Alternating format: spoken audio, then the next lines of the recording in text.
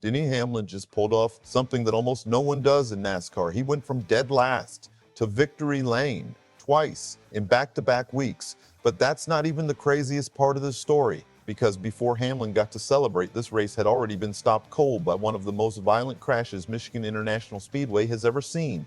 And the emotional weight behind this win, it goes way beyond the checkered flag.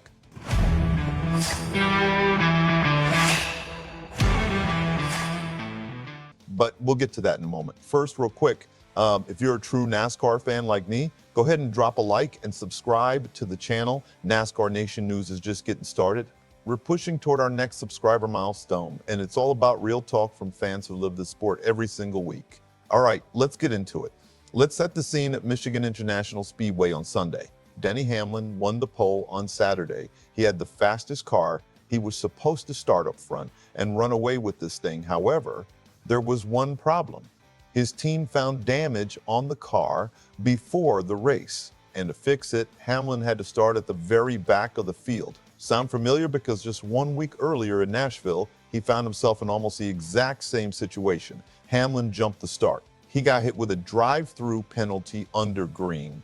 And just like that, he fell all the way to last place early in the race. Most drivers would have spent the rest of the day trying to recover. Hamlin drove through the entire field and still won. So when Michigan sent him to the back again, nobody really knew what to expect. Hamlin simply shrugged and got to work. Lap after lap, he picked them off. Then, after a restart on lap 162, everything changed. Hamlin grabbed the lead for the second time, and from that point on, it was over. He drove away from the field. By the time the checkered flag flew, he was more than 10 seconds ahead. Erik Jones finished second. Bubba Wallace came home third. Kyle Larson finished fourth.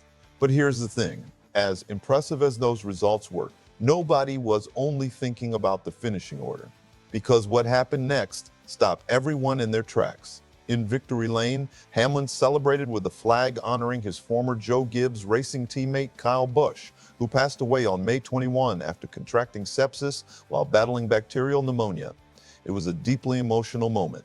And then came a detail that felt almost impossible to believe. Kyle Busch won 63 Cup Series races during his career. Sunday at Michigan was Denny Hamlin's 63rd Cup Series victory. You can't write that, you just can't. That number, that's 63. It wasn't something Hamlin was chasing, it was simply a tribute that found its moment all on its own. And if that doesn't give you chills as a NASCAR fan, I don't know what will. But before that emotional celebration could happen, this race nearly took a completely different turn, because with 50 laps to go, Michigan witnessed one of the hardest crashes we've seen in years. Christopher Bell and Chase Elliott were battling hard for second place following a restart. Neither driver was giving an inch. Then something unexpected happened. Elliott got loose underneath Bell, there was contact, and in an instant, Bell's car was launched into the outside wall at nearly a 45-degree angle. The impact was massive. One of the hardest hits you'll ever see at a NASCAR race.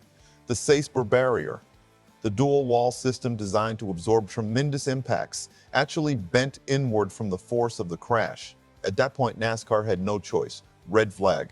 Race stopped. It was the 10th caution of the day, tying the Michigan track record. On the Amazon Prime broadcast, Dale Earnhardt Jr. summed it up perfectly. I don't think you'll see a car hit the wall at a harder, faster impact than there. Fortunately, there was some good news. Both Bell and Elliott climbed from their cars immediately after the accident. But the story didn't end there. After the race, Joe Gibbs revealed that Bell suffered ankle and wrist injuries from the impact, and Chase Elliott didn't try to make excuses. He owned it. Totally my fault. I feel really bad for Bell, Elliott said. That's the kind of accountability fans respect. But it doesn't make the situation any easier for Bell or the number 20 team. And while everyone was still processing that crash, another major storyline was developing elsewhere on the track. Points leader Tyler Reddick was having one of the strongest starts to a season in recent memory. He had already won 5 of the first 9 races of 2026. But at Michigan, his day unraveled fast. During a mid-race restart, 5th place finisher Carson Hocevar gave John Hunter Nemechek an unnecessarily aggressive bump. That contact triggered a chain reaction and Reddick slammed hard into the inside wall. His race was over just like that. his first finish outside the top 15 all season. At first, nobody saw it coming, but suddenly the championship picture looked a little different. Now, Reddick still holds the points lead, and Denny Hamlin remains second in the standings after this victory. The gap didn't close dramatically, but the pressure, that's a different story, because if Hamlin keeps doing what he's been doing, if he keeps turning last place starts into race wins, then this championship battle is going to become must-watch television. And when you step back and look at everything that happened at Michigan, it's honestly hard to believe it all happened in a single afternoon. A red flag for one of the most violent crashes in recent memory. A championship leader wrecked out of contention, chaos throughout the field. And through all of it, Denny Hamlin quietly and methodically drove from the back of the pack to victory lane for the second straight week, and when he got there, he waved that flag for Kyle Busch. Win number 63, matching Busch's 63 career victories. It's the kind of moment that transcends racing. The kind of moment that transcends racing. The kind of moment fans remember for years.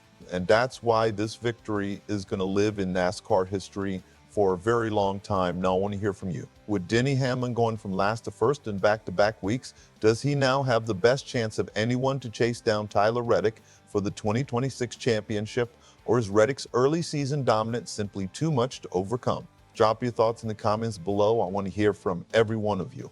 And if you haven't already, hit that like button, subscribe to NASCAR Nation News, and join a community of real fans who live this sport every single week.